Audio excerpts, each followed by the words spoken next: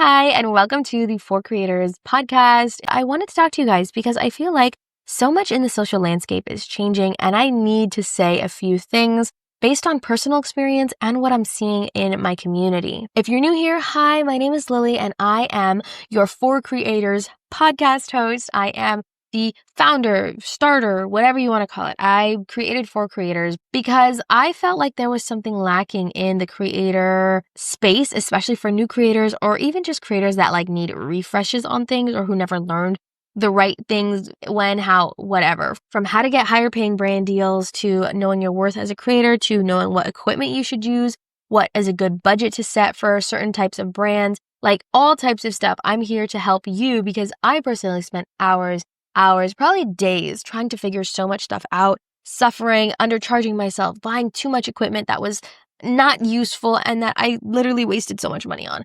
I am trying to prevent that from happening to you. So I'm here. Hi, this is basically a content creator's everything guide. And we are just running through everything that I can think of, everything that I think would help. And today we're talking about how brands take advantage of small creators. I have my points on my phone, so let's just get right into it. Up first is going to be perpetual usage. If you don't know what perpetual or in perpetuity means, it just means forever, ever. So basically, in some contracts, these brands like to sneak in these words, perpetual, in perpetuity, because they want to be able to use your content forever without paying additional fees. You need to always negotiate your usage. If you are not negotiating the usage, what are you doing? Not only are you missing out on money, but you're allowing these brands to take advantage of you, steal your content, and you don't even know it. It's happening right under your nose. I typically like 1 year of organic usage, and even that, I'm starting not to like it. I'm dwindling down now on most of my contracts to about 6 months of organic usage. And paid ad usage, they have to pay me every 30 days for the ad usage, unless they do say they want, 60 days of ad usage, then I incorporate it into my flat rate that I give them. I have a rate for my video. So let's say a video is $500 for a simple UGC video, 30 seconds long. You give me the brief, that's it, $500 for that. If they want me to post on, both of my socials, that's going to be an additional $500. If they want 30 days of usage rights, that's going to be an additional $200. That's how I'm able to make such high figures without killing myself or having to do 40 videos for $2,000. No, you guys, it's just not okay. No. You need to require additional payment for long time use. So say they want to use your content in perpetuity for 1 year. You need to make them pay at least 3 times what your original rate was, because you know how much that they can use if they boost this in an ad. I one time had a company, and I cannot name drop, but let's just say they are probably one of the biggest companies in the beauty industry. This was 4 years ago. They paid me $500 for one little video, and at the time I was like, oh my God, $500 for a little video? I'm so good. Oh my God. No. What ended up happening was I had allowed them access to basically whitelist my content, or it's called ghosting. So it makes it look like I've posted the content, but in actuality, they posted the content just on my, using my profile basically.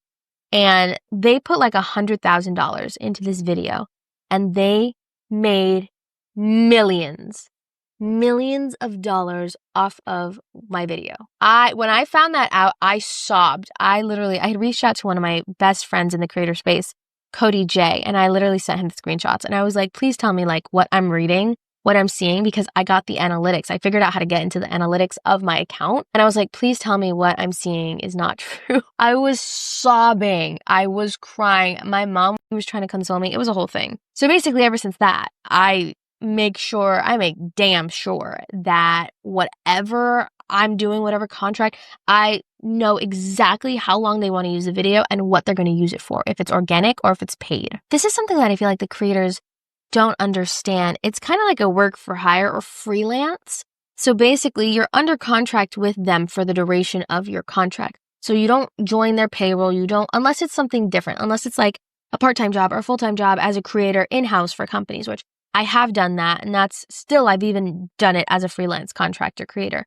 But you need to be careful, because do not just give a brand all of your work. And this kind of ties into that usage. You need to sell a brand. I sell companies my face, my whatever it is, I sell them the rights to my video. So basically, I'm leasing them the usage on my video. I don't just give it to them. It's going to be in the good 5 figures if I'm going to just give you the content. Like, no, do not do that. You sell them the rights to a term to use the video. Basically licensing your content for a set period of time. But you, at the end of the day, still retain ownership.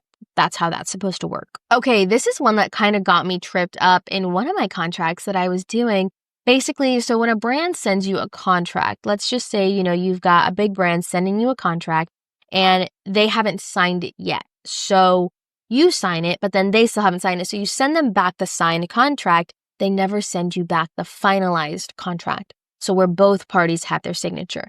Guys, I cannot emphasize how important it is for you to have your own copy of the agreement because brands lose things, brands misplace, brands this, brands that. No, you need to have your own copy of the finalized contract, not the signed, the finalized contract. If a brand does not send you the finalized contract before you start creating content, do not start creating the content until you receive the finalized contract. Not only does it keep the brand safe, but it keeps you safe from the brand. And that is just unfortunately so important, especially for like when you need payouts or like if anything happens or the brand gets sued over your video because you made a false claim. Like, no, you need to have your contract. You need to read your contract. And if you guys are having trouble reading your contracts, reach out to me. I can give you advice and keywords, what to look for, the main points, exclusivity, rate, usage, like some of the big heavy hitters. I can give you some advice as to how to go about like figuring that out. Okay, this is another big one that has to do with your contract. You need to check your revisions.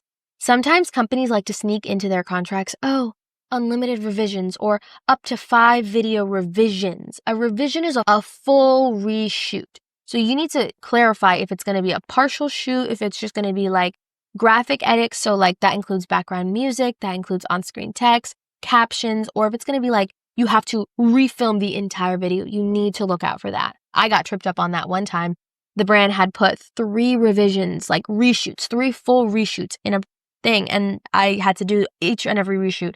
And basically what ended up happening was they used every version of the video I gave them because this leads me into my next topic. Watermark your videos. If it's for a brand that doesn't seem like a big heavy hitter, I do this with my smaller companies, the companies that I'm like, I'm not too sure about you. And if you don't pay me, then you at least can't use my video. So it's a waste of my time, but at least you won't make money off of my dime. And basically what it means is like watermarking your videos. So I'll put a watermark right here. This is how I do it. If you even go into like my portfolio, I have my portfolio watermarked because you are not getting free content from me. No. No free content from me whatsoever, you guys. It's so important. If you feel like there's a red flag, watermark your content. Watermark. Oh, this is a big one too. Unclear exclusivity. Okay, if you don't know, exclusivity basically means like during the duration of the campaign or like maybe before and after the video go live, you can't work with certain brands and certain companies. So if you don't define the duration or the brand category scope, so like, let's say I'm working with Dove Deodorant. Well, I actually did work with Dove Deodorant. I couldn't work with for the day before and then the week after the post went live, could not work with other of their main competitors. So like Tom's, Native, Secret. If I broke that, then they could find me and then they wouldn't pay me. So you don't want to do that. You need to make sure you're checking what your exclusivity is. And if you don't understand in the contract, you can't see it, ask. Hi, I'd like to know more about the exclusivity clause. Having a little bit difficulty understanding it in the contract. Could you be able to give me a little bit more in depth of what it extends to? Boom, right there. Verbatim, copy what I just said. Here's a good one. Requiring raw footage. You need to know before you sign your contract if the brand wants the raw footage because this is a little bit sneaky. Brands can take your raw footage. And if you give them, like if you sell them your raw footage, they can literally change the video. They can do whatever they want with that. I'm not editing the video and they just hired me to create the footage. First of all, they paid me really good. Second of all, I'm not editing anything. And even then, I'll still edit the raw footage. I will never just give my plain raw footage because like, listen, you don't know what's going on. Like, no. So you need to always charge separately for raw footage if they say, or if they come in the back end, they're like, oh, we'd love to, get the raw footage. Like, that'd be great. No. You can offer 2 video copies. One video is the raw footage clipped together with maybe the voiceover, or if like you're talking to a screen, like it's just everything clipped together, but without any like effects, text, music, anything. And then you give them the final copy, the final post copy that you're providing. And the last thing is exposure doesn't pay the bills. I'll say it again for the people in the back. Exposure doesn't pay the bills. If a brand's saying, oh, we'll shout you out or we'll repost you or we'll post you on our, page. We've got 1 million followers. Like, would you be willing to work? No, stop it. Put it down. No, sorry. I just get really passionate about that. No. Exposure doesn't pay the bills. Free products don't pay the bills. I'll say it again for the people in the back. Free products don't pay the bills. Can you pay your electric bill with a new shiny purse? No, you can't. So do not accept that unless, and this is the only time that I will do it, it's if I really want the product. So for example, I don't know if you guys remember back in 2024, that Medicube booster device that was almost like $500 went viral and I wanted it. Just like everybody else, I wanted it, okay? It looked awesome. It looked super cool. Crazy enough, the brand reached out and they wanted to do a partnership. They would send me like $500 worth of product plus that $500 device if I just made one TikTok video. I didn't have to get the video approved. Nope, I just had to post the video. Any video I wanted as long as I wasn't like bad talking the brand. Let me tell you, damn Skippy, I got my product. I sure as hell got my product. I got the thing that I really had wanted. I didn't have to pay for it. And all I had to do was a TikTok in exchange and they didn't have to go through any approvals, nothing. So if it's something like that, if it's a product like a perfume or a lipstick or something that you really, really, really want, go for it. Do it. If you need, maybe you're just starting out, maybe you're a brand new creator and you're very, very, very just beginner, accept the product because then you can use that to build your portfolio. This is what I've told a friend of mine. She's, a newer creator and she's trying to build her portfolio. Okay, sure. You know what? For the first maybe 3, 4, 5 months, accept the free product if you like it, if it's something you're interested in, and use that product to build your portfolio. That way you don't have to buy product, or if there's new launches and it's a new launch from whoever and you want to use it, okay, accept it so that you get the new launch, you get to try the product, but you don't have to pay to buy the product or anything like that. And you're creating content not only for the brand, but you're also creating content for yourself that you can use in your portfolio. At the end of the day, you guys, this is just all about negotiating your worth. Like you need to negotiate your worth.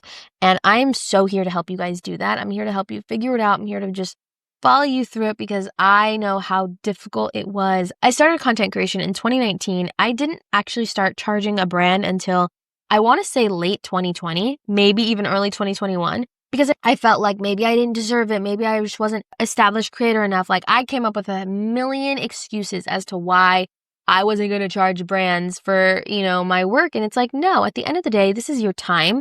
This is your effort. This is your skill that you're putting into something to give to a company for them to make money. The whole purpose of content creation is being your own boss. It's being, able to go get your hair done like I just did at 11:30 on a random Monday, Tuesday morning. And then have a hydrofacial after. Like that's what this is all about. It's being able to create your own schedule, charge, what is your worth, what you feel is your worth, and live your life because y'all, we are literally just tiny little specks floating on this giant little rock. Because honestly, the rock is little in comparison. Earth is small in comparison to the whole solar system. So I like to think about that. I like to just put everything in retrospect because it's not ever that serious. So set clear terms in your contract, ask questions, protect yourself, and figure out, negotiate your worth. Those are like the biggest key takeaways that I want to give you guys and leave you with. So if you like this video, thank you so much. Hit that follow button, hit that subscribe button. Ask me your questions. I want to know what you guys need help with. I want to know where are the areas that are underserved that I can help you. And you have to tell me where I can help you and I will help you. So thanks so much for watching. Thanks so much for listening if you're listening. And I hope you guys have a phenomenal rest of your day.